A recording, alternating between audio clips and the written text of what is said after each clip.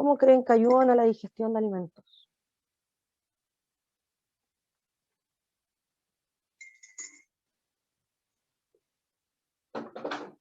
¿Cómo ayudarán, chicos, un lípido?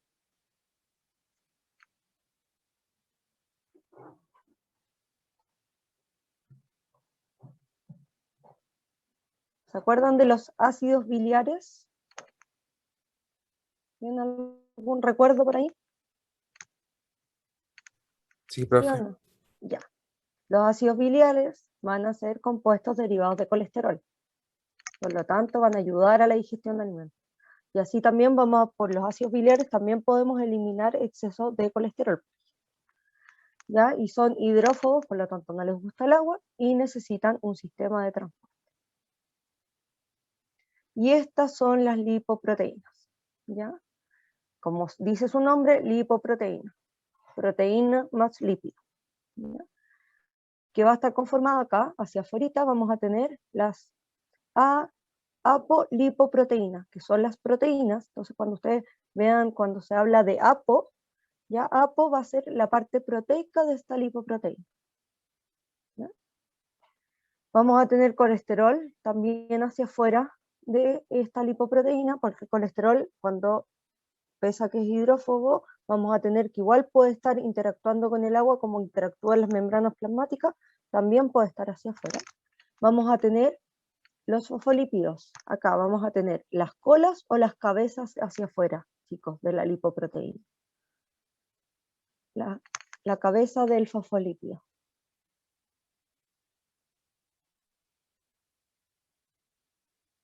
¿Qué creen?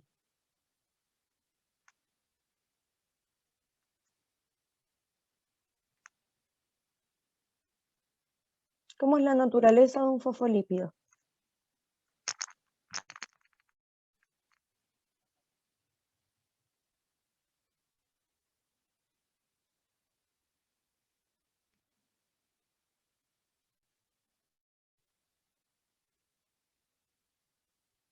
Biología celular. ¿Cómo es la naturaleza del fosfolípido? ¿Le gusta o no le gusta el agua? Hidrófobo o hidrofílico. Muy bien, Camila. ¿Y cuál es cuál? ¿La cabeza es hidrófoba o es hidrofílica? ¿Le gusta o no le gusta el agua?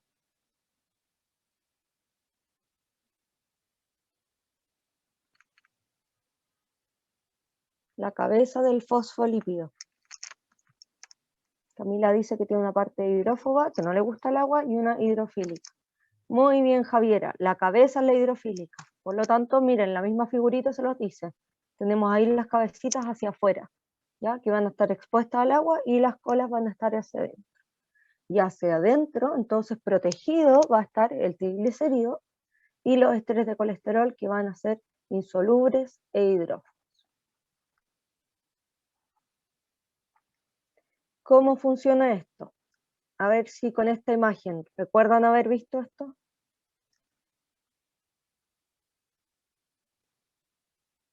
¿Recuerdan esta imagen, chicos, o no? ¿O no saben nada de esta imagen?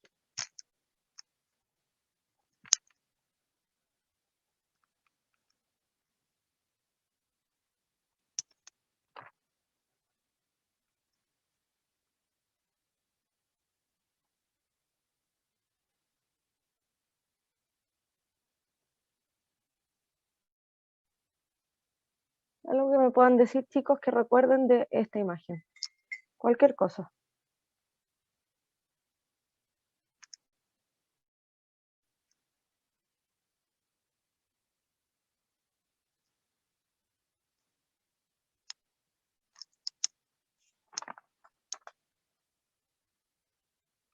¿Recuerdan los kilomicrones?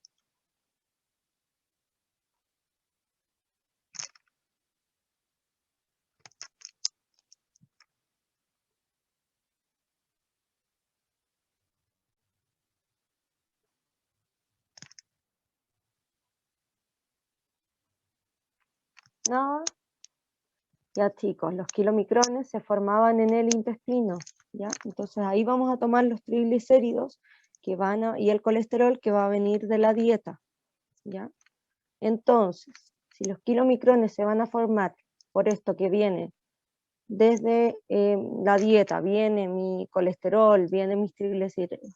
¿Ustedes creen que si yo hago un ensayo para estudiar estas lipoproteínas y estudio los kilomicrones y tomo la muestra en ayunas, ¿ustedes creen que vamos a encontrar kilomicrones?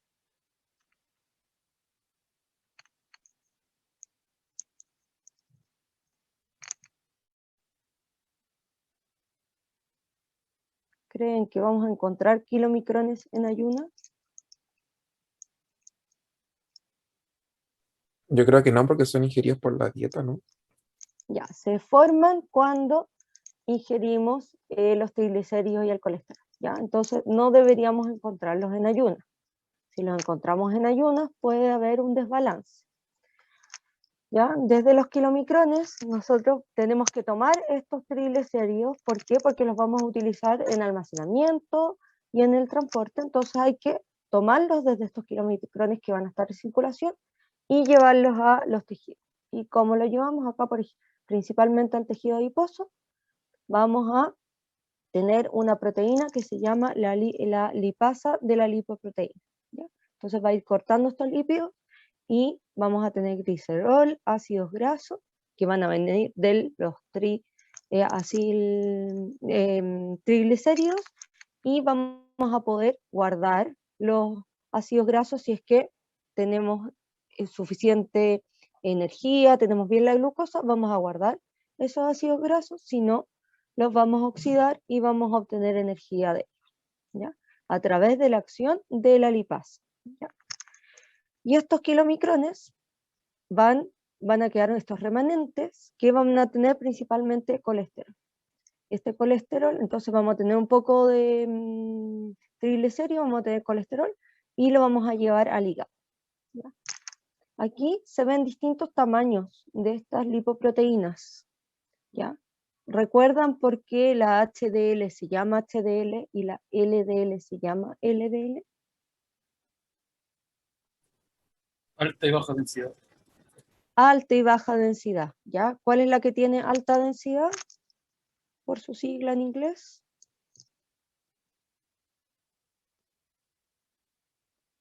LDL es la de baja, no me acuerdo cuál es la de alta. LDL es la de baja, low density y high density, ¿ya? Entonces, esta es la de alta densidad, ¿ya? Y acá tenemos, por ejemplo, la VLDL, porque es very low, ¿ya? Muy baja densidad, ¿ya? Entonces va a ir aumentando la densidad. ¿Por qué? Porque yo voy a ir colectando distintos lípidos o los voy a ir sacando a los distintos tejidos. Entonces acá vamos a tomar estos lípidos, van a ir al hígado, y en el hígado se va a sintetizar, se podría sintetizar colesterol y lípidos, y vamos a generar otras partículas que van a estar en circulación para seguir moviendo este colesterol. Y esto es una circulación que se llama endógena. Esta es la exógena porque va a venir desde los lípidos que ingiero, y esta es la endógena. Entonces, si nosotros sintetizamos en el hígado, esto también va a ir viajando. Acá va a ir viajando y vamos a tener la VLDL, que también va a actuar la lipoproteína, porque también vamos a tener triglicéridos que necesitamos sacar. Y vamos a ir generando otra lipoproteína que es de una densidad intermedia, ¿ya? Entonces, vamos a ir actuando, va a haber metabolismo sobre estas lipoproteínas. Entonces, estas lipoproteínas se van a ir transformando, ¿ya? Y acá vamos a tomar también, vamos a tomar colesterol desde los tejidos, vamos a formar, se va a juntar también acá la ILDL, y vamos a formar acá, con la lipoproteína lipasa, la LDL. ¿Por qué uno le dice que la LDL es la mala, entre comillas? ¿Por qué? Porque es la lipoproteína que es más rica en colesterol, ¿ya? Y esta LDL va a tener un receptor en nuestros tejidos periféricos donde va a liberar el colesterol. Entonces, si yo tengo mucha de esta lipoproteína, significa que tengo mucho colesterol en circulación y que ese colesterol puede ir a los tejidos.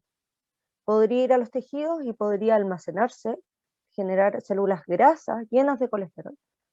El colesterol, ¿a dónde más se les ocurre que puede ir? Además de dentro de la célula. ¿Dónde se podría acumular colesterol? ¿Dónde saben o piensan que puede haber colesterol? Chicos, si tengo mucho.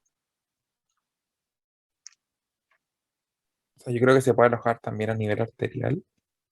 Muy bien, se aloja a nivel vascular, entonces vamos a generar estas capas, así vamos a generar estas placas aterogénicas finalmente, que se las voy a mostrar después, donde tenemos exceso de colesterol. Y entonces el LDL nos va a mostrar cuánto colesterol habría disponible, o sea, para que yo pueda, para que haya para depositarlo en los tejidos, ¿ya? Porque si tenemos exceso, ya vamos a tener mucho colesterol. Y por otra parte tenemos el HDL, esta lipoproteína se forma en el hígado, ¿ya? Y lo que hace es captar el colesterol, ¿ya? Entonces el LDL va a ser una lipoproteína que mediante su receptor va a poder entregar el colesterol. La HDL va a tomar el colesterol, la va a llevar a las glándulas endocrinas y la va a llevar al hígado. Para que del hígado también podemos eliminarlo a través de las sales biliares y los ácidos biliares. Entonces el HDL uno le dice que es como el colesterol bueno. ¿Por qué? Porque va a ir tomando este colesterol, ¿ya? Si yo tengo muy pocas lipoproteínas es porque estoy tomando poco colesterol. Y eso también es malo, ¿ya? Y acá una definición y una tabla de las características de cada uno de estas lipoproteínas, de dónde parten y cuál es el destino. Y miren acá, LDL, destino vaso sanguíneo, ¿ya? Entonces ahí va a liberar el colesterol. Normalmente no queremos que se liberen los vasos sanguíneos. Si tenemos exceso, podemos generar estas placas y finalmente van a generar estos tapones en nuestras arterias. También con respecto a esto, los triglicéridos alimentarios se transportan en los kilomicrones, ¿ya? A los tejidos que pueden ser o fuente de energía. Yo les comentaba en la otra clase, cuando teníamos las dietas cetogénicas, vamos a tener muchos triglicéridos. Y como no tenemos glucosa, finalmente el triglicérido va a ser mi fuente de energía, ¿ya? O se puede almacenar. Los triglicéridos endógenos, que también el hígado puede producir, se van a transportar en las VLDL y también, como son triglicéridos, los triglicéridos son fuente de energía y almacenamiento, también van a ir a los tejidos. ¿Ven? Cuando teníamos acá, en esta parte, también podemos liberar por la lipasa lipoproteína. El colesterol que se sintetiza en el hígado se va a transportar dentro de las LDL, que van a ser derivadas de estas VLL cuando hacíamos el metabolismo. Y el colesterol alimentario que venía de los kilomicrones se va a ir hacia el hígado. Entonces después lo van a tomar estas otras lipoproteínas. Y finalmente la HDL adquieren el colesterol desde las células periféricas, las esterifica y estas se pueden absorber en el hígado y se puede excretar el colesterol sobrante. ¿Ya? Entonces acá vamos a tener todo el ciclo para mantener nuestro colesterol, que es necesario, y eliminar si tuviéramos exceso de él. Yo les mencioné que la LDL va a ir entregando colesterol, ¿ya? Acá vamos a tener la lipoproteína que se va a unir, vamos a tener un receptor de membrana de LDL, y como es una lipoproteína, esta se va a endositar, ¿ya? Acuérdense que es grande, no puede llegar y pasar por la membrana, sino que la tenemos que endositar. Y acá vamos a liberar el colesterol. Acá vamos a eliminar en aminoácidos la parte proteica de la lipoproteína y vamos a tomar el colesterol, ¿ya? Y este colesterol lo vamos a guardar en las células o lo vamos a utilizar. Y al llegar este colesterol, esta célula podría producir colesterol. Pero nosotros, si nos llega desde fuera, la célula dice, no tengo que producir colesterol. Y se inhibe esta enzima, que es la HMG-CoA reductasa, que es fundamental para la síntesis de plasma. Entonces la inhibimos, ¿ya? Nos llegó colesterol, no hay que producirlo. Y también se inhiben los receptores de LDL. Entonces, yo recibí colesterol en mi célula, venía de la LDL a través de mi receptor, me llegó suficiente colesterol, yo disminuyo la expresión del LDL. Si yo tengo LDL a nivel periférico, lo tengo por ejemplo, viene en mi circulación, mi célula sabe que hay el LDL dando vuelta si es que yo reduje la expresión de los receptores. ¿Sabrá o no sabrá?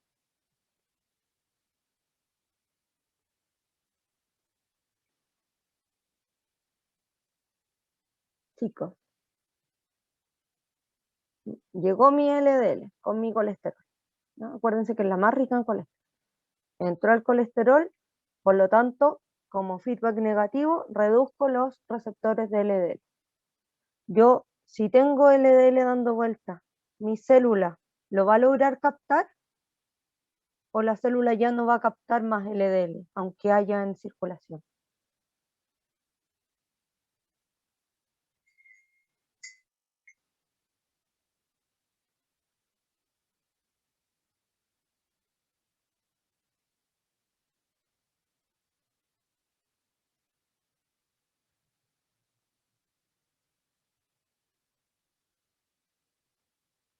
Chicos, si yo tengo acá mucha LDL,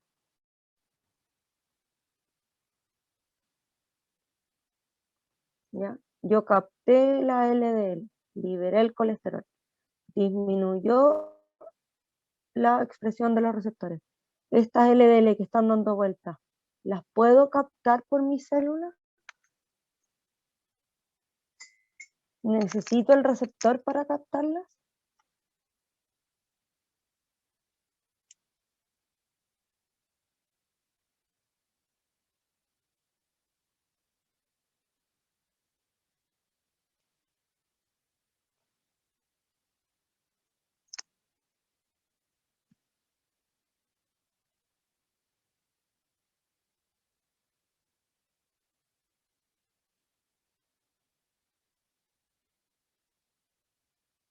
¿O no lo necesito? Me da lo mismo que disminuya la expresión.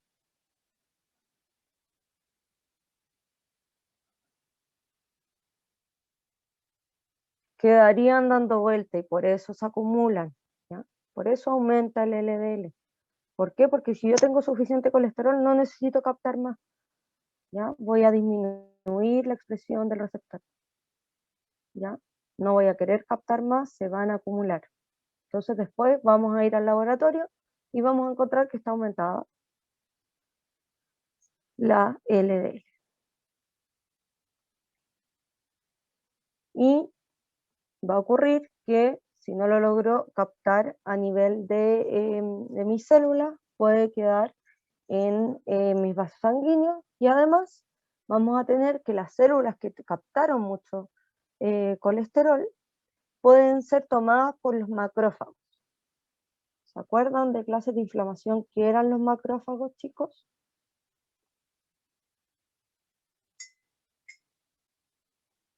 Por su nombre, ¿qué es un macrófago?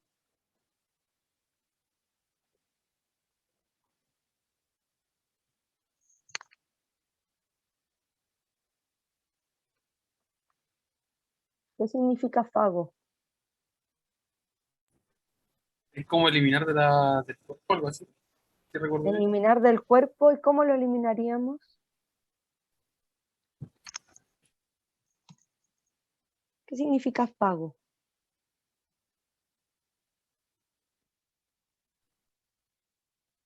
Fagocitan, pero ¿qué significa fagocitar?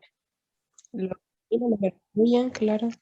Que se lo comen, muy bien, ¿ya? Son células que se comen a otras células, ¿ya? Entonces, si yo me como una célula que tiene mucho colesterol, ¿qué me va a pasar? Si yo soy el macrófago y me como una célula con mucho colesterol, ¿qué pasa?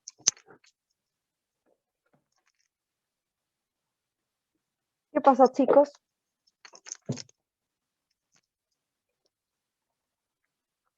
Si yo soy un macrófago y me como una célula con mucho colesterol, ¿qué pasará con ese colesterol? ¿Lo lograré eliminar o se queda dentro mío? Dentro, yo creo. Dentro, y ahí es cuando se forman estas células que son células espumosas, ¿ya? Que se ven como que tienen espuma y están componiendo acá esta placa de ateroma, ¿ya? que acá, ven, acá tenemos nuestra, vamos a tener acá en el subendotelio bajo, el endotelio que era la capita que recubría mi vaso sanguíneo, vamos a tener estas células espumosas, y ven que acá, miren, se va a generar esa placa, y vamos a disminuir el lumen de mi vaso sanguíneo, ¿ya? Por lo tanto, vamos a generar, por ejemplo, hipertensión, vamos a tener un menor lumen, que si aparte podemos tener problemas de coagulación, que habíamos visto en la clase pasada, se tapona mi vaso sanguíneo. Y si mi vaso sanguíneo se tapona, ¿qué le ocurre a las células, chicos? ¿Qué le ocurre a las células que dependían de esa circulación?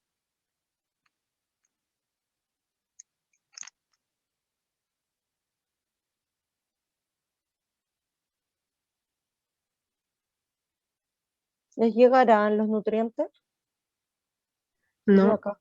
No le llegan, ¿cierto? Hay una isquemia y hay muerte celular. ¿Ya? Entonces, por eso el metabolismo de los lípidos está implicado en los riesgos cardiovasculares. ¿Ya? Por eso lo estudiamos. Miren, la concentración del colesterol LDL está relacionada de manera exponencial con el riesgo relativo de tener una enfermedad coronaria, ¿ya? De generar estos infartos. ¿Ya? Y yo les dije exponencial, pero acá se ve una línea, es lineal. ¿Por qué creen que dije eso, chicos? Si ven el gráfico, analicemos un poco el gráfico. Acá se ve una relación lineal, pero yo les dije que mientras más colesterol, hay un aumento exponencial del riesgo, o sea, un poquito más de colesterol y cada vez nos vamos a ir más en la curva así. ¿Por qué creen que este gráfico no muestra la relación exponencial? No lo muestra como exponencial.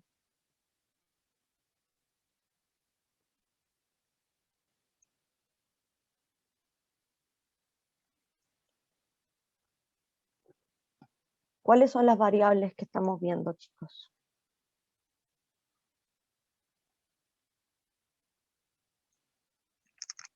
Estamos muy dormidos hoy día.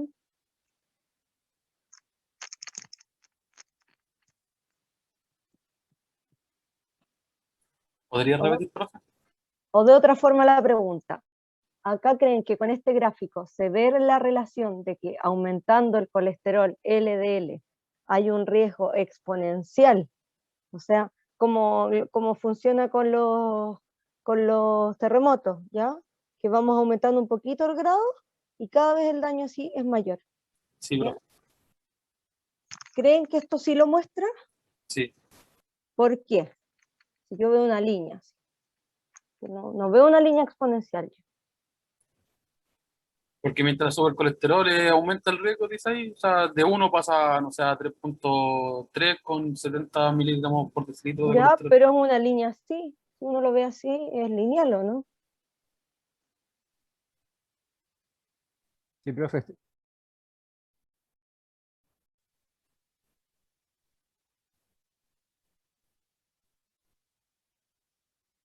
No, pero sí aumenta.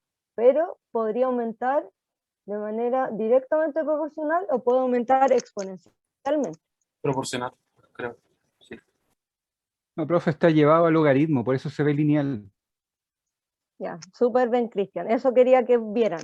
Miren, acá dice, es súper importante que sepan interpretar gráficos, ¿ya? Acá si uno ve el gráfico, uno dice, es directamente, o sea, va a ir subiendo, si yo subo uno en uno, va a subir uno en otro, ¿ya? De acuerdo igual a las escalas, porque los riesgos no van a ser 160, ¿ya?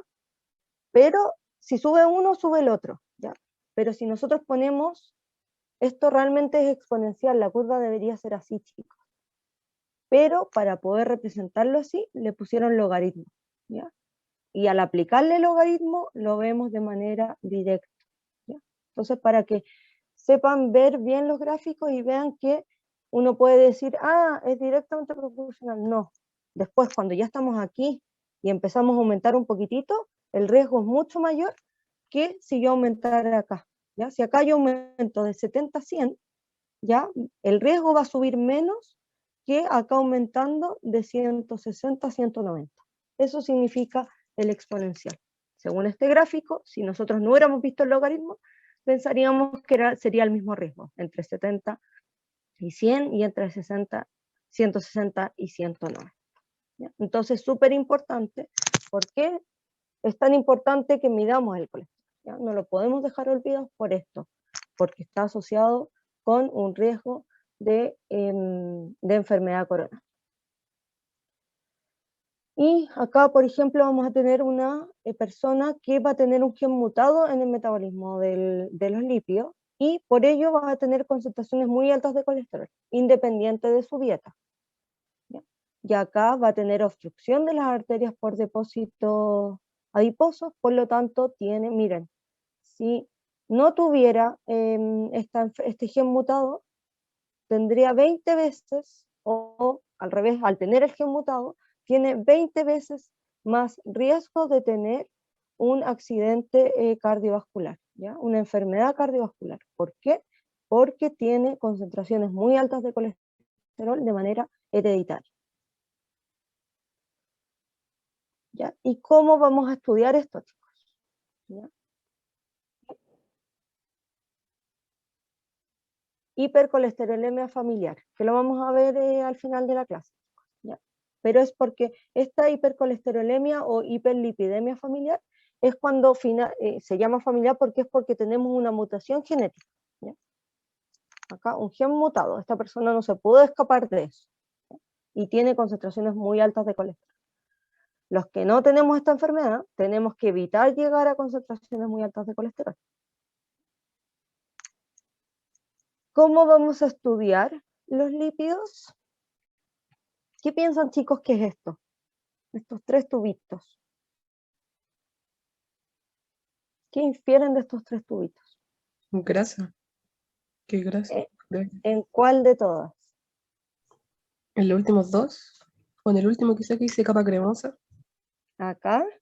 Acá donde no, acá vamos a tener, chicos, ¿qué es esto? Este que podemos ver. Este tubo, ¿qué tendrá? Parece orina, agua, la verdad. parece orina, ¿ya? Pero ¿qué ¿todos creen que es orina? Levanten la mano, ¿quién piensa No, que parece. Plasma, ¿no? A ver, plasma, orina. A ver, ¿quién vota por orina?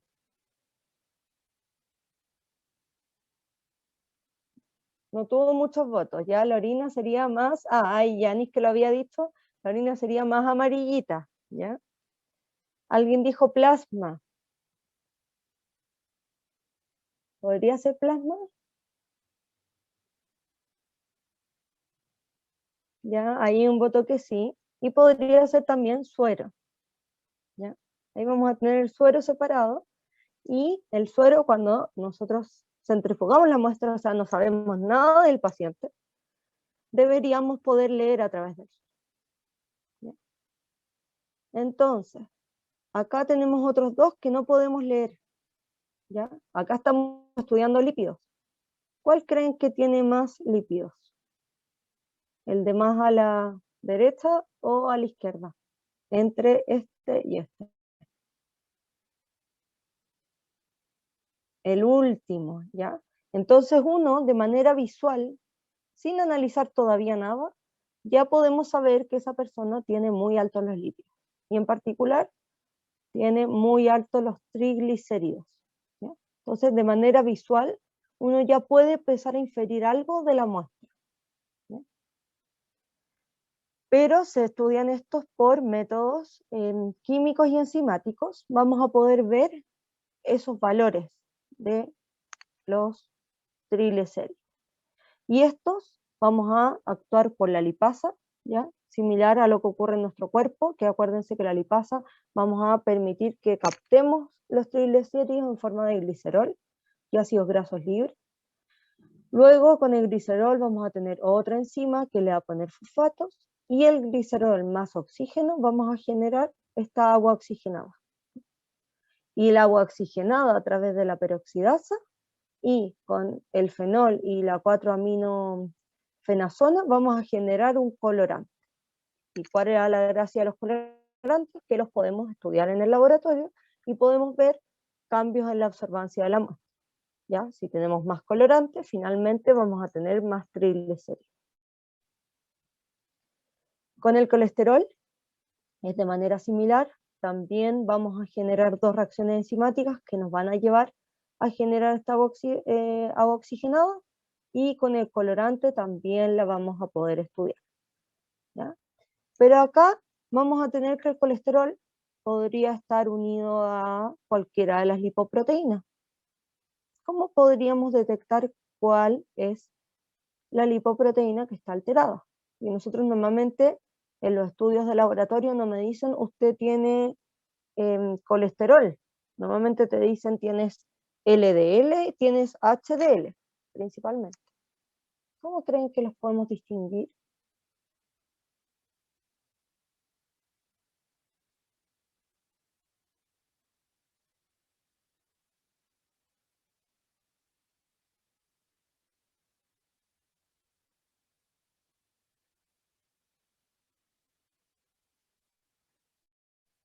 Ya, acá dice la muestra más densa. Ah, no, eso era anterior, ya. ¿Cómo podremos distinguir las lipoproteínas? Si este colesterol viene de la HDL, de la LDL, ¿lo podremos saber?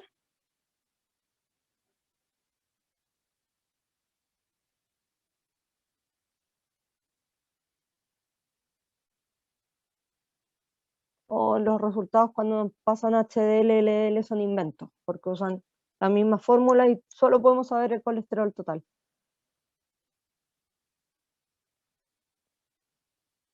¿Les creen que podemos separar las lipoproteínas? Ya, ¿alguna técnica en especial? Ya, nosotros acá podemos detectar el colesterol total. Y hay técnicas que han permitido que podamos separar la HDL. ¿Ya? Entonces podemos detectar el colesterol de la HDL. Entonces, ¿cómo calculamos el colesterol LDL? ¿Ya? Normalmente se toma el colesterol total, le restamos el HDL y le podemos restar también los triglicéridos. ¿Por qué? Porque el LDL va a tener algo de triglicéridos, pero va a tener un quinto de los triglicéridos totales. ¿Ya? Entonces está la fórmula de Friedewald que permite detectar el LDL. ¿Ya? Pero es a través del cálculo del HDL. Siempre van a venir en pareja. ¿Ya? Si yo no logré detectar el HDL, no puedo saber cuánto LDL tengo. ¿Ya? Entonces el perfil lipídico normalmente va a ser triglicéridos, LDL, HDL. Y acá lo tenemos, chicos, el perfil lipídico. Ya también se puede medir, uno podría detectar y decir el colesterol no HDL. ¿Ya? Tenemos el total, le restamos el HDL, tenemos el no HDL. Y es distinto y se va a ir modificando, por ejemplo, los triglicéridos vamos a tener distinto en los primeros años de vida, después va a haber un rango entre los 10 y los 19, y luego el adulto va a ser mayor a 20 años. ¿Ya? Y entonces ahí vamos a tener distintos índices y del colesterol total, HDL y LDL. ¿Ya? Normalmente se decía, es muy malo tener muy alto el LDL, pero también acá es importante el HDL, porque el HDL, recuerden que va a ir captando el colesterol, entonces finalmente no voy a tener este exceso si tengo suficiente HDL para poder retirar el colesterol. Chicos, ¿alguna duda de cómo funciona el metabolismo y cómo medimos el colesterol y los triglicéridos?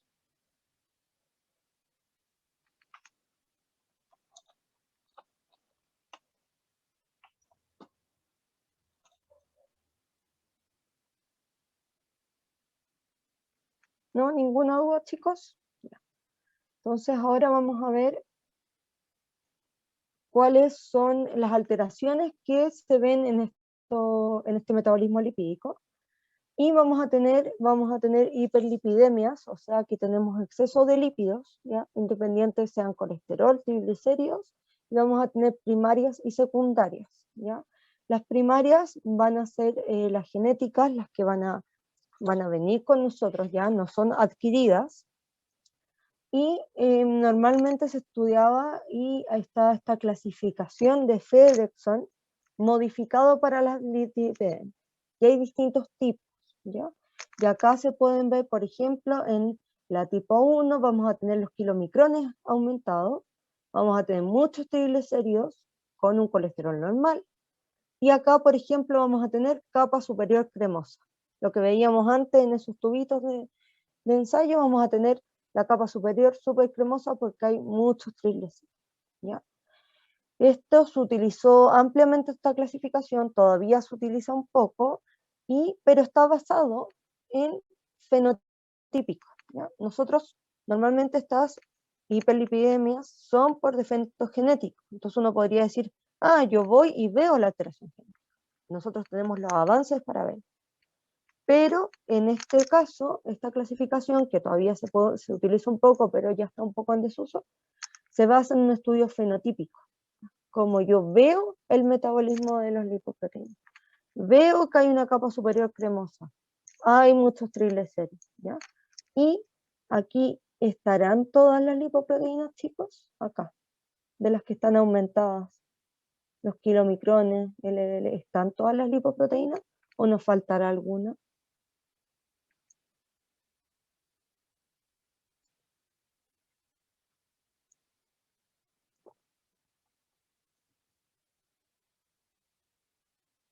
¿Están todas acá mencionadas?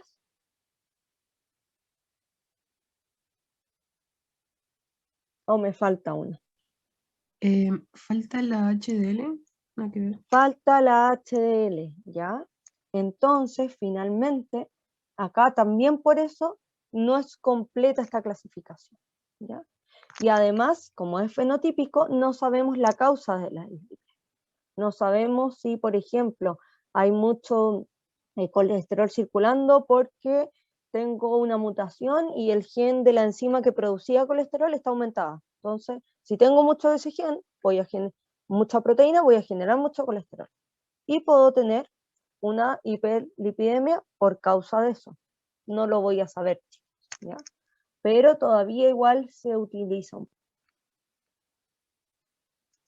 ¿Ya? Y acá eso era con respecto a las dislipidemias primarias, pero también hay secundarias, ¿ya?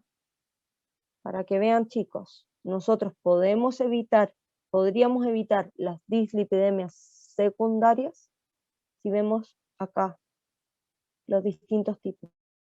¿Las podremos evitar? ¿Cuál era la pregunta, profe? Perdón. A ver.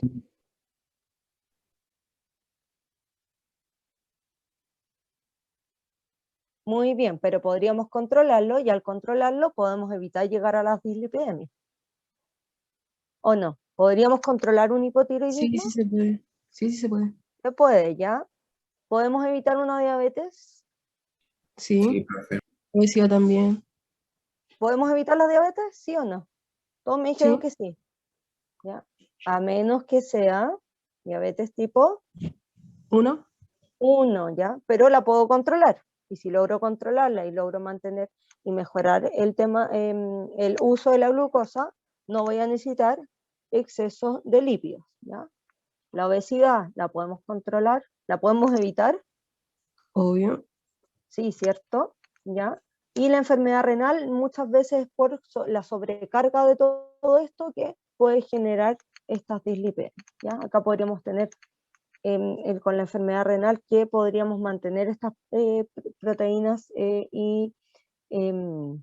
o generar desregulación de, por ejemplo, osmolaridad, todo lo que está a nivel renal, ¿ya? Obesidad, alcoholismo y tabaco, chicos, esto, ¿los queremos o no los queremos? ¿Queremos el alcohol? Ahí se rieron. ¿Queremos o no No. queremos el alcohol? Depende del Ya. día. Depende del día, claro. Depende del día, ya no, chicos, ya no hay que tomar alcohol, ya. Un poquitito de vino tinto, porque es antioxidante, ya, pero no queremos el alcohol.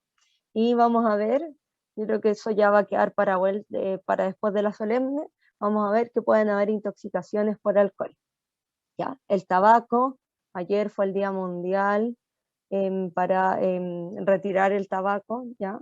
Que es casi una pandemia. ¿Por qué? Porque está implicado, miren, metabolismo en cáncer, metabolismo acá de los lípidos, ¿ya? Implican muchas cosas de manera dañina. Y el sedentarismo. Mientras que las primarias o genéticas vamos a tener hipercolesterolemia familiar, o sea, vamos a tener exceso de colesterol en sangre, exceso de triglicéridos en sangre, hiperlipidemia familiar combinada, o sea, ahí vamos a ver que vamos a tener 3 tipos, entonces va a haber combinación, podemos tener alterado el colesterol, los triglicéridos, y acá súper importante, que esto no lo tomaba la clasificación de Fredrickson, es el déficit de HDL. ¿Recuerdan el síndrome metabólico? Que lo mencionamos por ahí.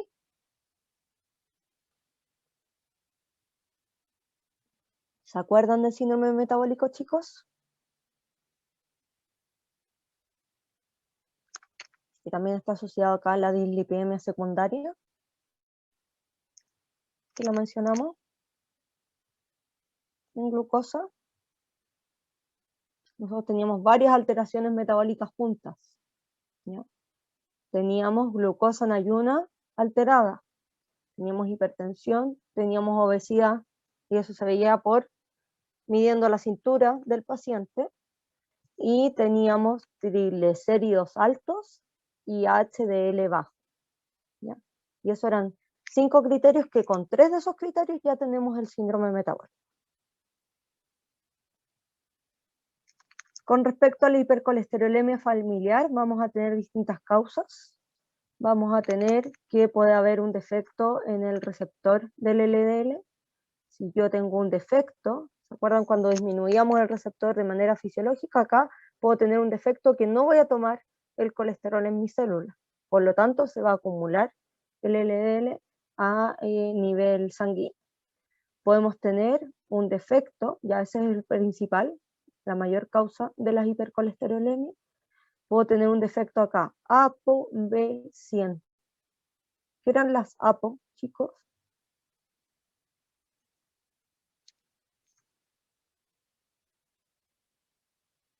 ApoB100.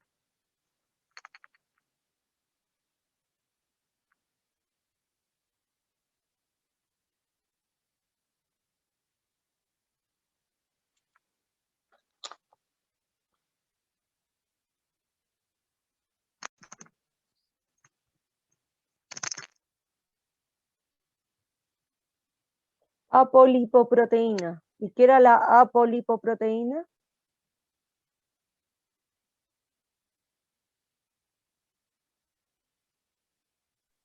Participa para movilizar el colesterol.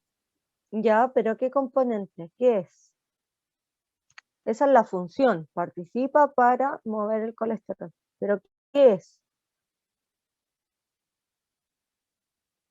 ¿Una LDL? Es parte de la LDL.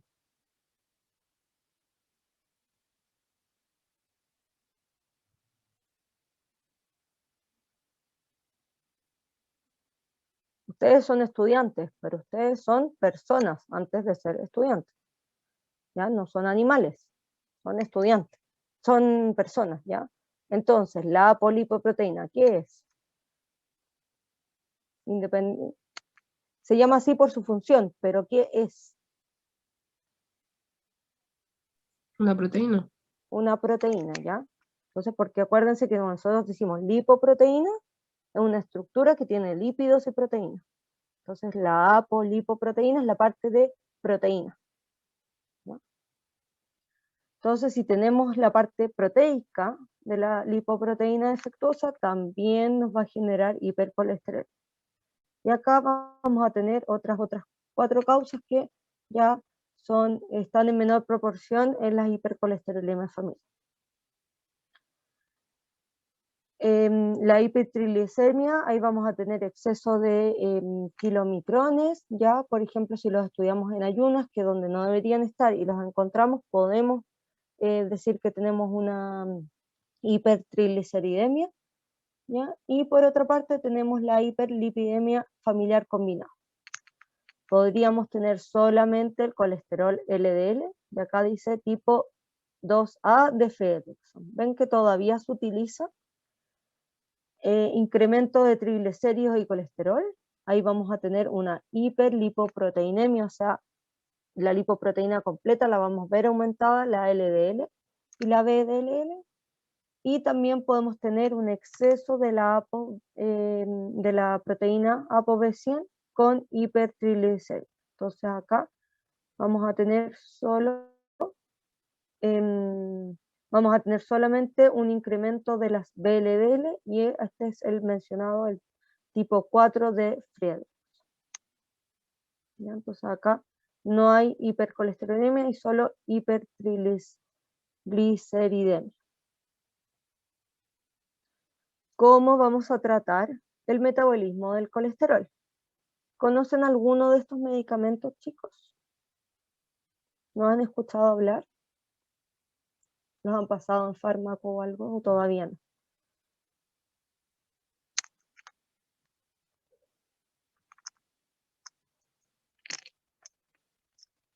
La semana pasada creo que lo vimos en farmacología.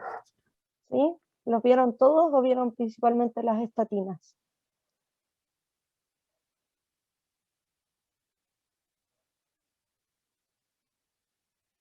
Si no me equivoco, todos, creo. Oh, ya. Entonces, las estatinas son para el colesterol alto. ¿Cómo actúan las estatinas? Si los pasaron, los tienen fresquitos.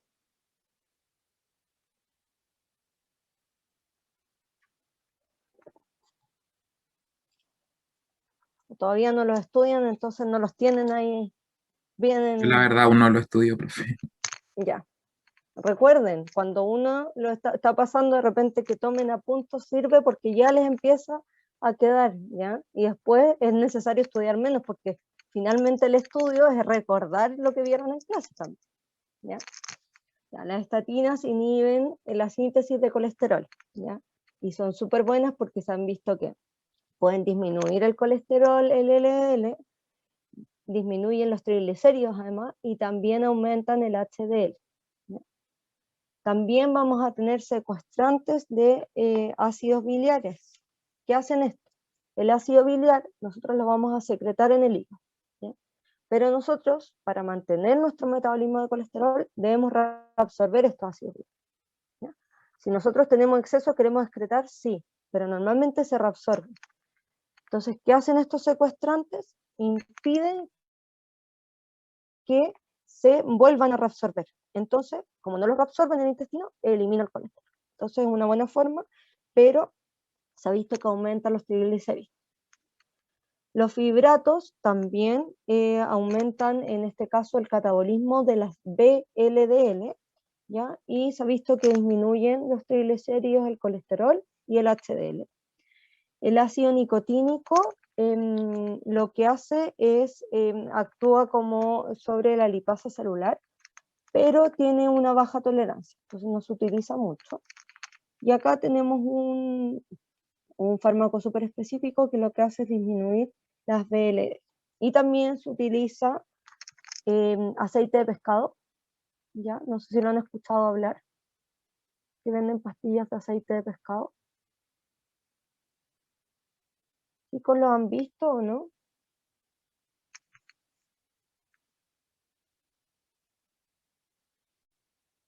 ¿Saben que existen en pastillas el aceite de pescado?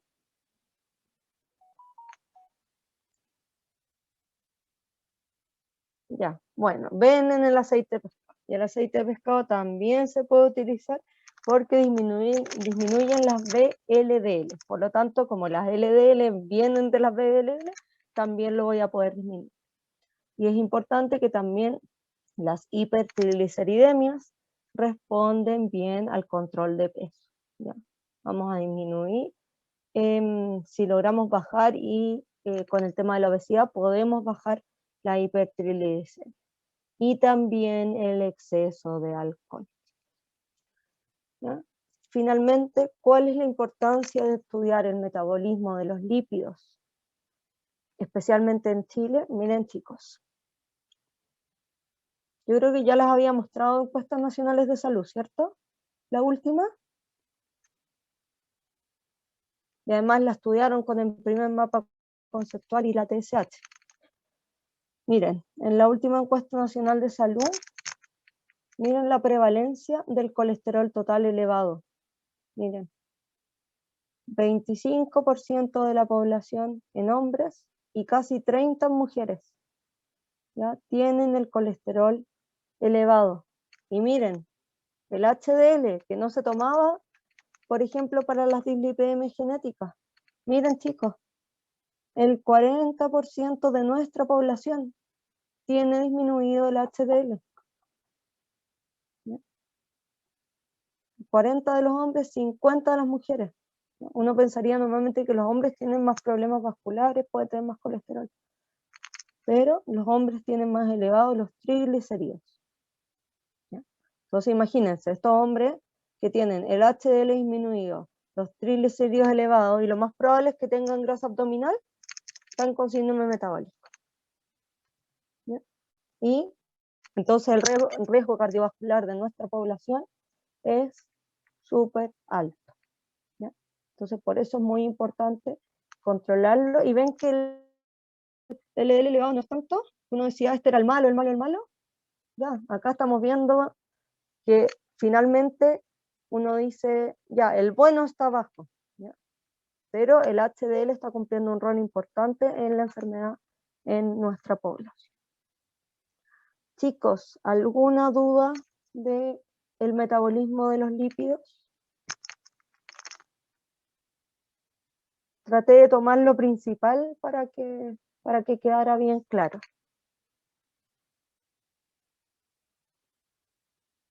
Yanis dice que no. ¿Alguno tiene alguna otra duda?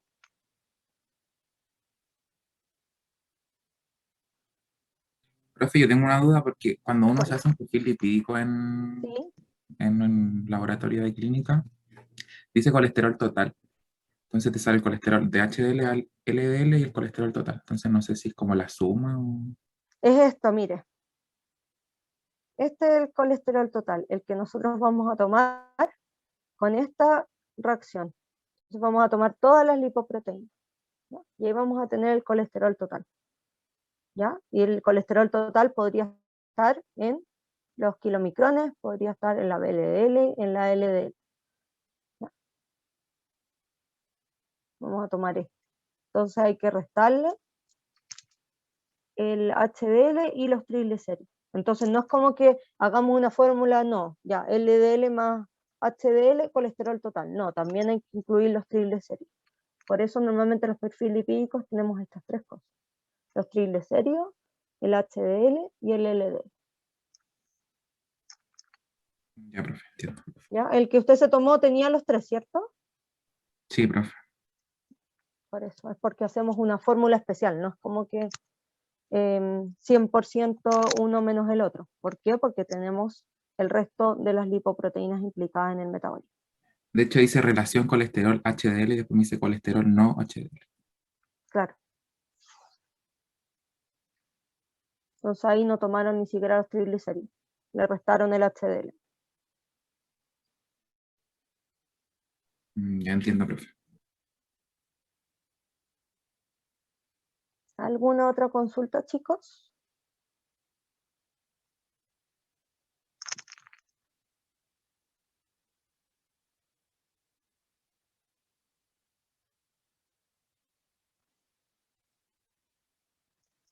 Ya, chicos, si no hay más dudas, tenemos 5 minutos para que vayan a tomar agua, despierten un poco, y vamos a empezar a ver toxicología y vamos a ver monitoreo terapéutico de fármacos. Profe, consulta, Cuente. hasta toxicología entra en la clase, o sea, en la clase, en la prueba. Ya, debería Recording entrar stopped. hasta toxicología. Veamos, chicos, si alcanzamos a ver todo lo que yo les quería mostrar de monitoreo terapéutico. Si no alcanzamos, no entra, pero entra en la solemne 3, es más materia para la solemne 3. Y si alcanzamos a ver monitoreo, dejamos monitoreo y después dejamos intoxicaciones para la solemne 3. ¿Ya? Pero depende, si no lo vemos completo, no entra en la solemne. ¿Ya? Ya. 5 minutitos, chicos.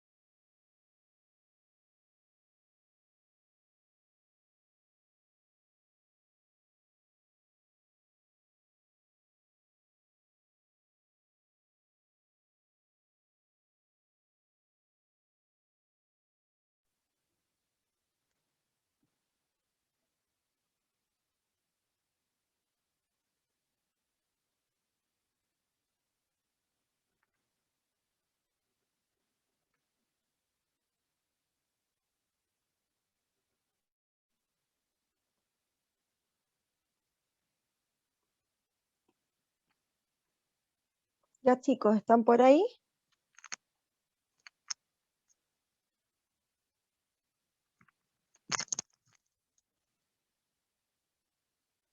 Sí, profe. Súper. Recording in progress. Ya chicos, entonces ahora vamos a comenzar con la clase de toxicología. Entonces, ¿qué piensan ustedes que uno ve en toxicología? Toxinas. ¿Toxinas? ¿Ya? ¿Por qué toxinas? Por la palabra, la verdad. ¿Ya? ¿Será de toxinas toxicología? Una toxina, por ejemplo, de una bacteria, de un virus.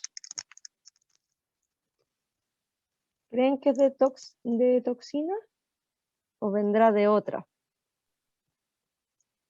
Yo creo que es de como intoxicación, no sé, nuestra área a lo mejor de algún medicamento, algo así. Ya, Nicolás dice que podría ser de intoxicación. ¿Ya? ¿Y qué significa intoxicación? Seguimos con la misma palabra.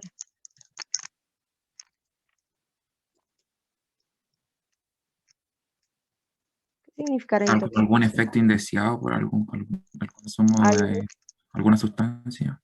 Algún efecto no deseado de una sustancia. ¿Ya? Entonces que al no ser Exceso también puede ser. exceso, ya, que la vuelve a tóxica. Una sustancia externa que la va a volver tóxica. Entonces, dentro de estos tóxicos, ¿qué podemos tener, chicos? ¿Qué puede ser tóxico? Que nosotros podamos ingerir, por ejemplo. Beber, que es tóxico. ¿Algún alimento en mal estado? Ya, podría ser algún alimento en mal estado.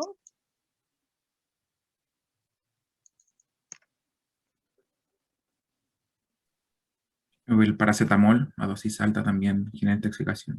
Paracetamol, muy bien, ya. Podríamos intoxicarnos con fármacos, ya. Paracetamol. ¿Con qué más podríamos intoxicarnos? Finalmente es mucha la concentración y se vuelve tóxico y nocivo para nuestro cuerpo. Paracetamol. ¿Qué más, chicos?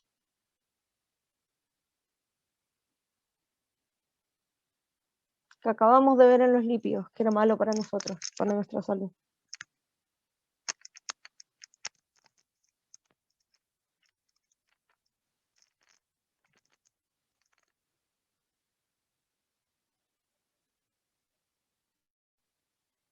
¿Nos podremos intoxicar con alcohol?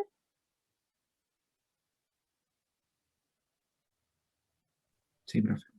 Sí, nos intoxicamos con alcohol. ¿Podríamos intoxicarnos con algún metal, por ejemplo?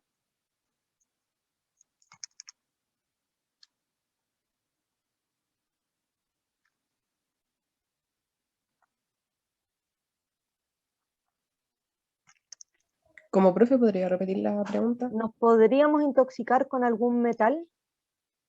¿A qué se refiere con metal? Con los elementos metálicos de la tabla periódica, Ah, sí, yo creo que sí. como mercurio, ¿ya? Nos podemos Sí, intoxicar con mercurio, ¿ya? Nos podemos intoxicar con plomo, ¿ya? Entonces todo eso se puede ver en la toxicología. Pero volviendo a los fármacos. Ahí el compañero dijo, me puedo intoxicar con paracetamol. ¿Yo me podré intoxicar con la dosis que me recomendaron de paracetamol? No, profe. No, Ahí nunca. Igual sí depende, por ejemplo, no sé, si algún niño a lo mejor igual es más complicado, depende de la dosis y la concentración final que no. Por ejemplo, un niño, ¿ya? Un niño vamos a necesitar dosis más grandes o más chicas de paracetamol. Pequeñas. Más chicas. Más pequeñas. ¿Cómo se calculan ustedes en su carrera que ya han visto algo? ¿Cómo calculamos una dosis en niños? ¿Lo han visto? No, no lo hemos visto. ¿No lo han visto ya? No. En los niños es por kilo. ¿Ya? Los adultos ya uno llegó a un estándar, ya más o menos tenemos que las personas más o menos similares. En adultos vamos a tener una dosis, ¿ya? El paracetamol, ¿ustedes saben cuánto uno debería tomar máximo de paracetamol en adultos? Creo que 2 comprimidos, profe, a lo más, ¿De cuánto? 600 miligramos cada uno. ¿Hay paracetamol de 600 miligramos? De 500. 500. Es 1 gramo cada 8 horas. ¿ya? Entonces venden, ahora la están masificando más, pero venden la dosis de gramos y venden las de 500. ¿ya? Y ahí vamos a depender del fármaco. ¿ya? Y en los niños se mide por kilo. ¿ya? Entonces, yo que por ejemplo soy mamá, a mí el pediatra, yo sin calcular las dosis, porque recuerden que yo igual hice estudios más moleculares, a mí me decían tienes que poner 3 gotas por kilo de peso. Entonces el niño pesaba 10 kilos, echaba 3 gotitas del paracetamol, ¿ya? Llegaba a las 30 gotitas y esa era la dosis para el niño de 10. ¿ya? Si yo le hubiera dado en vez de 3 gotitas, 5 gotitas, ¿podría haber intoxicado a mi hijo? Sí. Sí, cierto, pero si yo me tomaba esos 50 gotas, podría no haberme hecho nada. ¿ya? Entonces es muy importante que con los fármacos sí nos podemos intoxicar. Y acá es el creador de los primeros fármacos, no sé si lo han escuchado hablar en alguna de sus clases, Paracelso, que dice, toda sustancia es tóxica, no hay nada que no sea tóxico. Lo mismo que cuando vemos ahora los metabolismos de la glucosa, de los lípidos, nosotros tenemos que mantener los rangos correctos. Si nos pasamos, tenemos mucho colesterol, el colesterol de por sí no era malo, el problema es el exceso. ¿ya? Entonces acá vamos a tener que solo la dosis diferencia un tóxico de un medicamento. Un medicamento, nosotros por algo lo tomamos porque necesitamos un efecto terapéutico, ¿ya? Que genere una mejora en nuestro organismo. Entonces vamos a tener efectos deseables que no van a ser nocivos, pero podemos tener por otra parte efectos no deseados o tóxicos, que serían los nocivos. Y acá podemos tener a nivel farmacológico, ¿ya? La acción del fármaco que ya genera una enfermedad, o genotóxico, ¿ya? Por ejemplo, no sé si han escuchado hablar alguna vez ustedes de la talidomida.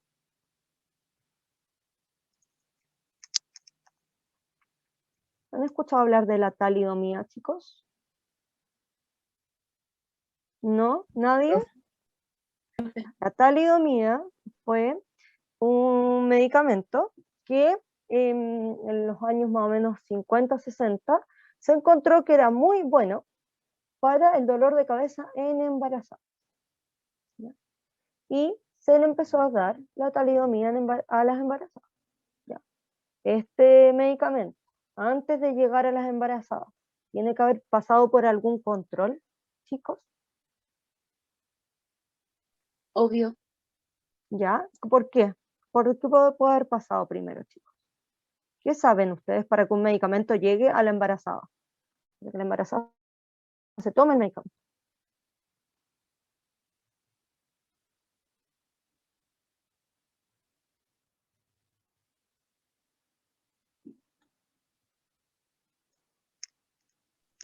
En primera instancia hay estudios como ya in vitro y después ya se pasa más al área más clínica con reclutando embarazadas, grupos específicos. Exacto. ¿Ya? Y vamos a partir con ensayos preclínicos. ¿ya? Por ejemplo, las vacunas primero hubo que probar si realmente generaban respuesta. Por ejemplo, podríamos usar ratones. ¿ya? Y la talidomida, lo que ocurrió es que sí se hicieron los estudios, pero los estudios en los modelos animales, se utilizaron modelos animales en los que la talidomida no era tóxico. ¿ya? Entonces, cuando lo llevaron a las mujeres que tomaron la talidomida, sus niños tuvieron efectos teratogénicos. ¿ya? Los niños nacían con falta de extremidades. ¿ya? ¿Por qué? Porque la talidomida fue tóxica para el embarazo. Entonces la talidomida podía tener su efecto terapéutico súper bueno para el dolor de cabeza, pero generaba malformación.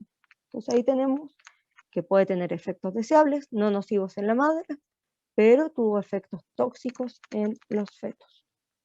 ¿ya? Eso es, por ejemplo, un ejemplo de un fármaco que va a ser tóxico, ¿ya? Y lo que dice Cristian, si en esa época tenían control, sí, tienen que haber controles, pero se ha ido cada vez mejorando más, ¿ya? Por ejemplo, todo lo que es estudios clínicos se ha ido afinando. Esto fue a finales de los años de 1950, pero los estudios clínicos se han ido afinando porque han habido cosas éticas que han fallado, ¿ya? Y se partió todo posguerra en los años, después del año 45, ¿ya? Y ahí se ha ido mejorando también la ética en los estudios clínicos para evitar posibles daños a la población. Entonces vamos a tener que un fármaco necesitamos que tenga una concentración mínima efectiva. Si yo tomo paracetamol y el paracetamol era 1 gramo cada 8 horas, o puedo tomar 500 miligramos, pero si yo tomo 10 miligramos de paracetamol, ¿tendrá algún efecto, chicos? ¿Tomo 10 miligramos? No, quizá el efecto sea muy nulo. Ya, puede que no tenga efecto, ¿cierto? Entonces vamos a tener que lograr una concentración mínima efectiva. Entonces vamos a tener que entrar acá al rango del efecto farmacológico, ¿ya? Pero, entonces con cierta concentración plasmática, por ejemplo, el paracetamol. Pero si yo me paso de esa dosis, puedo tener una concentración mínima tóxica. Y eso es lo que tenemos que evitar. Tenemos que mantenernos en esta ventana donde tengamos el efecto farmacológico que sea beneficioso, pero no nos pasemos a la toxicidad. Y por ello existe el monitoreo terapéutico de drogas. Nosotros tenemos que lograr el equilibrio entre la eficacia de la droga y la seguridad. Y para ello podemos monitorear o medir los niveles sanguíneos o la concentración de fármacos con un objetivo terapéutico, ¿ya? Nosotros necesitamos que se mantenga esa concentración de droga para lograr el objetivo terapéutico y evitar llegar a la toxicidad. O, por otra parte, también podemos controlar si es que tenemos muy poca droga que no está generando su efecto terapéutico, ¿ya? ¿Ustedes creen que un fármaco, por ejemplo, para disminuir, como estábamos viendo, el colesterol, será importante monitorear los niveles sanguíneos de esa droga?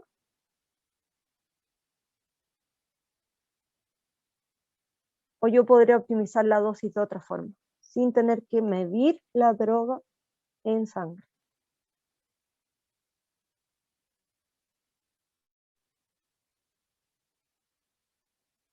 Por ejemplo, las estatinas, chicos, las estatinas, ¿ustedes creen que yo las debería monitorear?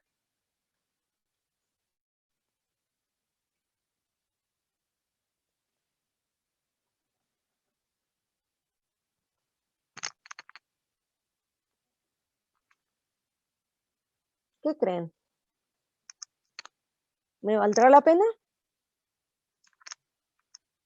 ¿O yo puedo tener otra forma de hacer?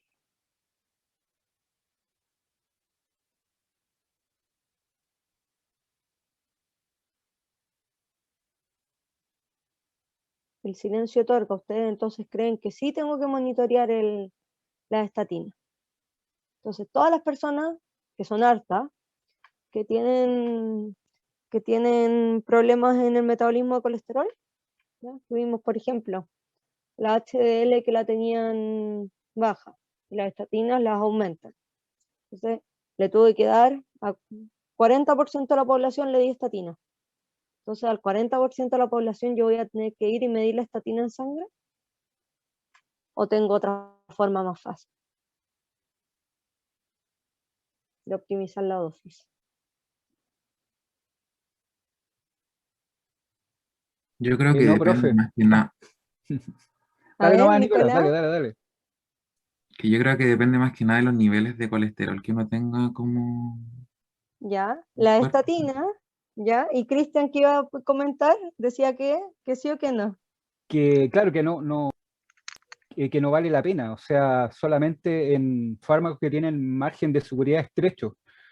En el caso, por ejemplo, de la estatina o que sea metformina, es más fácil cada cierto tiempo medir lo que uno quiere disminuir y luego ajustar dosis. Perfecto, finalmente vamos a tener fármacos que va a ser muy fácil ver si están cumpliendo la función, ¿ya? Entonces, si queremos bajar la glucosa, vamos a poder medir la glucosa, ¿ya? Si en las estatinas queremos disminuir el LDL, vamos a poder ver viendo el efecto, ¿ya? Drogas que son fáciles ver el efecto, no va a ser necesario hacer esto. Y también, como dice Cristian, hay drogas que vamos a tener que van a ser bajo índice terapéutico, que se llama, que nosotros vamos a necesitar mucha droga para lograr el efecto. Y en esas drogas necesitamos tanta droga que vamos a estar muy cerquita de cuando la droga va a ser tóxica. Entonces necesitamos monitorear muy bien la concentración en sangre, porque cualquier cosa nos podemos pasar y puede llegar a ser tóxica. ¿Ya? Y acá esto también se da. ¿Por qué vamos a monitorear? Si nosotros podríamos dar el fármaco y tenerlo súper documentado y que a la persona no la va a afectar. ¿Por qué? Porque hay variabilidad biológica. No somos todos iguales.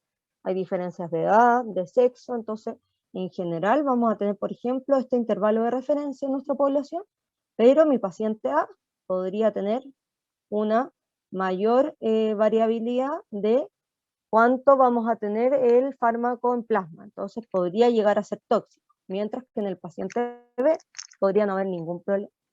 Y también me va a permitir ver el rango subterapéutico, ¿ya? Además de ver si es tóxico, ver si no está cumpliendo la función o está muy bajo en sangre. Si nosotros encontramos que un fármaco está muy bajo en sangre, ¿cuál podría ser la principal causa de que un fármaco esté bajo en sangre? Más bajo de lo que debiera estar. ¿Cuál podría ser la principal causa, chicos?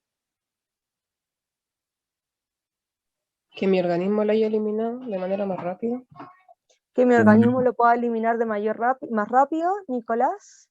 Como que tenga más unión a proteínas, puede ser también. Más unión a proteína, muy bien, porque muchas veces viajan. Entonces, si yo, por ejemplo, tengo, en este caso tengo albúmina, por ejemplo, muy baja, y se me unió a la albúmina, voy a tener más libre, y ahí podríamos tener aumento, o si tengo mucha albúmina, si me pegó mucho, disminuye la droga libre. Pero algo más simple, chicos, mucho más simple que mi organismo. Si a mí me recetan un fármaco, ¿qué es lo que primero necesito para que ese fármaco sea efectivo? Ah, con lo que lo acompaño cuando lo ingiero. ¿No? Más simple. Para que un fármaco haga efecto. Ah, el formato en el que viene, si una pastilla intravenosa, ¿no? Tampoco. Más simple aún. ¿Qué tiene que pasar para que el fármaco tenga efecto o funcione? Ingresar, ¿ya? ¿Y cómo ingresa?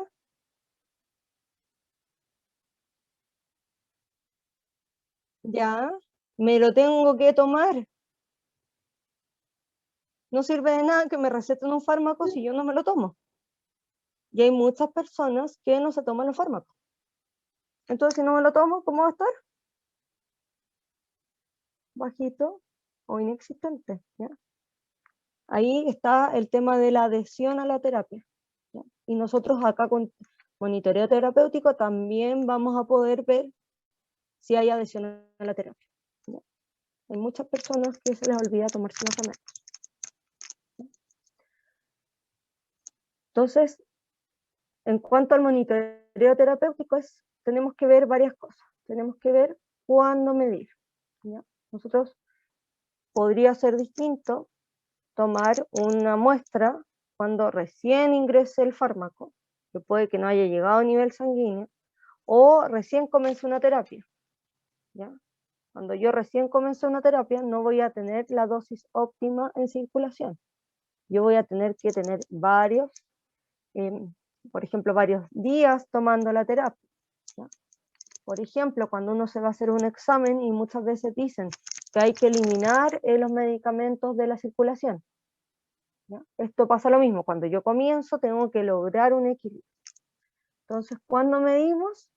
Va a depender de la vida media de la droga. Hay algunas que van a durar más tiempo en circulación que otras. El estado de equilibrio. Se ha visto que la concentración plasmática del fármaco se logra mantener en un intervalo terapéutico cuando hemos logrado 5 vidas medias de la droga, ¿ya? ¿ya? La vida media es cuánto dura la droga en circulación. Entonces, la droga podría durar, por ejemplo, cuando uno se toma una droga, cada 8 horas, y hay otras que son cada 24 horas. Es porque duran su vida media, la de 8 horas, es más corta que la vida media de que me tengo que tomar cada 24 horas. Por ejemplo, hay suplementos que uno se los toma es una vez a la semana, o hay algunos que hasta es una vez al mes. ¿Ya? Alguien que le diera una terapia que es durante un año, por ejemplo, y es una vez al mes. A mí me convendrá estudiar la concentración plasmática en el segundo mes de administración.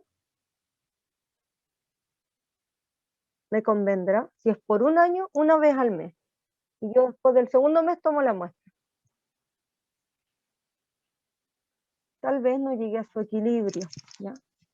Entonces hay que esperar lograr llegar al equilibrio y relacionarlo con la administración de la droga. O sea, es distinto, también ustedes lo mencionaron, una droga intravenosa que una droga que la ingerimos, porque la que ingerimos va a verse afectada también por la absorción intestinal y todo lo que pasa por el sistema digestivo, ¿ya? Por ejemplo, cuando yo uso terapia, la insulina, chicos, la insulina, las personas que son insulino dependientes, ¿se toman la insulina? No la inyecto. Se la inyectan, ¿ya? Si yo me tomara la insulina, ¿ustedes Se creen que esa demoraría más, persona quizá. podrían absorberse? Es una proteína, la podríamos destruir, ¿ya? La vamos a destruir a nivel de nuestro tracto digestivo. En cambio, un estrógeno, ¿ya? Uno no toma hormonas las mujeres, el estrógeno me lo puedo tomar por vía oral. Sí, porque es en base a colesterol, ¿ya? Entonces le vamos a ingresar completa el estrógeno, ¿ya? Entonces también esto es importante, que hay que relacionarlo con la administración de la droga. Entonces, por ejemplo, difícil tener una intoxicación de algo que yo necesito un mecanismo para ingresarlo. Mi mecanismo se va a saturar, no va a ingresar más, lo vamos a eliminar, ¿ya? ¿Qué medir? ¿Ya? ¿Se acuerdan de, por ejemplo, la vitamina D? ¿Se acuerdan de la vitamina D, chicos? Sí, profe. Ya, la vitamina D, ¿se modificaba en el cuerpo o había una sola forma y esa era la que funcionaba? Está en forma activa e inactiva. Había formas activas e inactivas, ¿ya? Entonces, si yo, ¿se acuerdan que yo les dije cuál era difícil intoxicarse con vitamina D? Pero hagamos que tenemos mucha vitamina D. Si yo mido la forma inactiva, ¿tendrá algún efecto? ¿Será tóxico? Podría que no. Yo tendría que medir la forma activa, ¿ya? Entonces, acá podemos medir la droga madre o los metabolitos, ¿ya? ¿Por qué? Porque mis fármacos se pueden metabolizar en mi cuerpo. Puedo estudiar también la droga libre o la droga total. Muy bien, ustedes dijeron, puede ir unida a proteína. Normalmente si es en forma lipídica, normalmente va a ir unida a proteína, ¿ya? Entonces, ¿cuál va a ser la que va a tener el efecto nocivo? La droga libre, la droga unida, ¿ya? ¿Y cómo lo vamos a medir? Podríamos medirlo con un inmunoensayo, pero ahí podríamos no definir si hay metabolitos de la droga, si estamos tomando el total o estamos tomando los metabolitos. Y para tomar los metabolitos tendrían que ser la cromatografía líquida de alta resolución con detección ultravioleta o un HPLC, también con detección de espectrometría de masa. Y yo, como les mostraba, teníamos estos pics que podíamos ver los distintos metabolitos. Entonces depende a lo que queremos medir, la técnica que vamos a utilizar.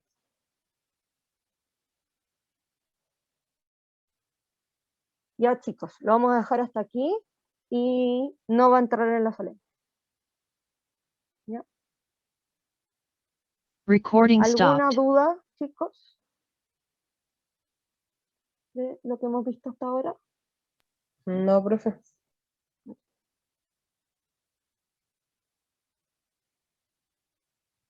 La clase de lípidos terminando ahora, se la subo al tiro.